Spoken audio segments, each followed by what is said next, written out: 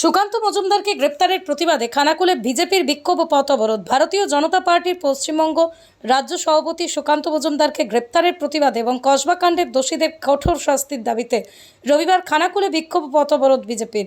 এই প্রতিবাদ কর্মসূচিতে নেতৃত্ব দেন খানাকুলের বিজেপি বিধায়ক সুশান্ত ঘোষ। কসবা কাণ্ড ও সুকান্ত মজুমদারের আটক নিয়ে সরব বিজেপি। রবিবার বিজেপি কর্মীরা বিধায়ক সুশান্ত ঘোষের নেতৃত্বে খানাকুল থানায় বিক্ষোভ প্রদর্শন করেন।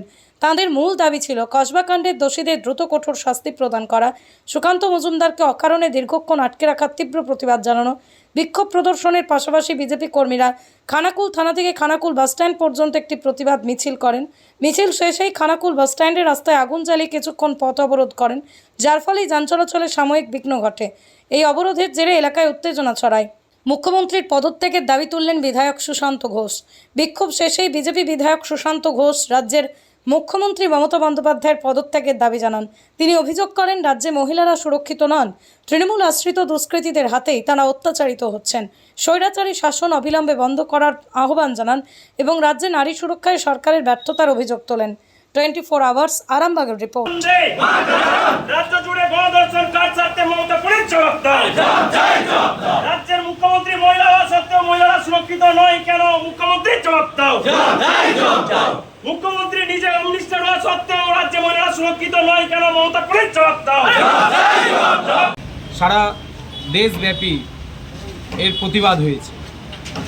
সেই আরজিকর কাণ্ডের ছায়া আমরা দেখতে পাচ্ছি কসবার ল কলেজে। সেখানে একজন ছাত্রীকে তৃণমূল আশ্রিত দুষ্কৃতীরা, তৃণমূলের নেতারা, যুব নেতারা ধর্ষণ করেছে,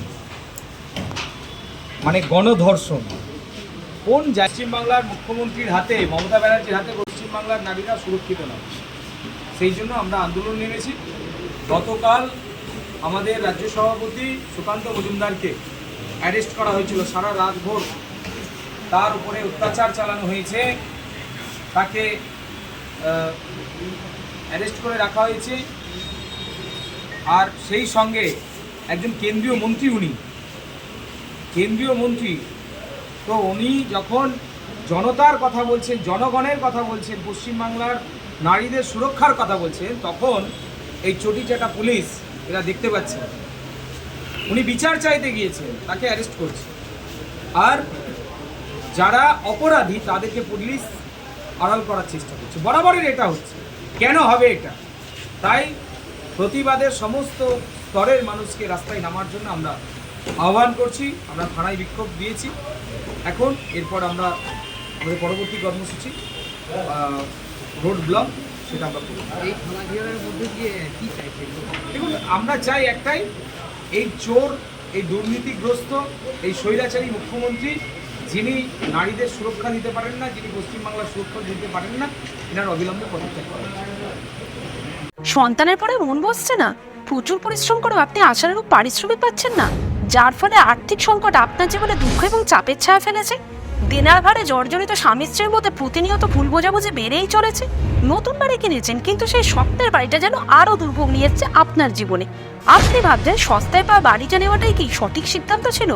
এমনই সব দ্বিধাদ্বন্দ্ব এবং জীবনের কঠিন মুহূর্তে আপনাকে সঠিক পথে পরিচালিত করবেন আন্তর্জাতিক খ্যাতিসম্পন্ন স্বর্ণপদক ও স্বর্ণ মুকুটপ্রাপ্ত ডক্টর অজয় শাস্ত্রী।